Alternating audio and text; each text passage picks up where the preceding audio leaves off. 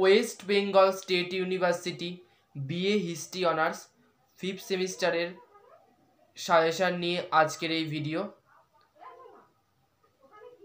ইতিমধ্যেই core course 11, core course 12, DSC 1-এর suggestion দেওয়া হয়ে গেছে।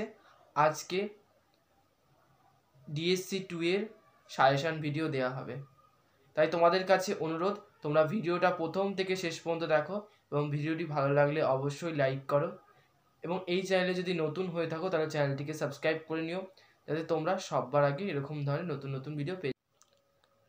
5 মার্কস 1, বার্মার জাতীয়তাবাদকে বৌদ্ধ ধর্ম কি প্রভাবিত করেছিল?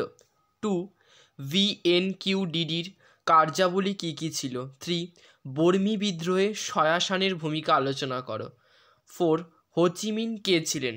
5, জেনেভা সম্মেলনের ওপর সংক্ষিপ্ত টিকা লেখো। 6, ASA এর ওপর সংক্ষিপ্ত টিকা লেখো। 8 মার্কস 1, দক্ষিণ পূর্ব এশিয়া চুক্তি সংস্থা বা সিয়াটোর উদ্ভব আলোচনা করো। 2, দক্ষিণ পূর্ব এশিয়ার রাষ্ট্রগুলিতে জোট নিরপেক্ষ আন্দোলনের প্রভাব কী ছিল? 3, কাটিপুনানের প্রতিষ্ঠা কী জন্য হয়েছিল? 4, ভিয়েতনামে জাতীয়তাবাদের উদ্ভব কিভাবে হয়েছিল? 5, ফিলিপিন্সে প্রচার আন্দোলন কী ছিল বা প্রচার আন্দোলন কাকে বলে? এই প্রচার আন্দোলন বা প্রোপাগান্ডা মুভমেন্টে জোসি রিজাল কী ভূমিকা পালন করেছে? 12 মার্কস 1, দক্ষিণ পূর্ব এশিয়ার দেশগুলির মধ্যে আঞ্চলিক সহযোগিতা বৃদ্ধি করতে আসিয়ানের অবদান আলোচনা করো। 2, 1945 এবং 1954 খ্রিস্টাব্দের মধ্যে ফরাসিদের বিরুদ্ধে জাতীয় মুক্তিযুদ্ধে ভিয়েতমিনদের অবদানের মূল্যায়ন করো।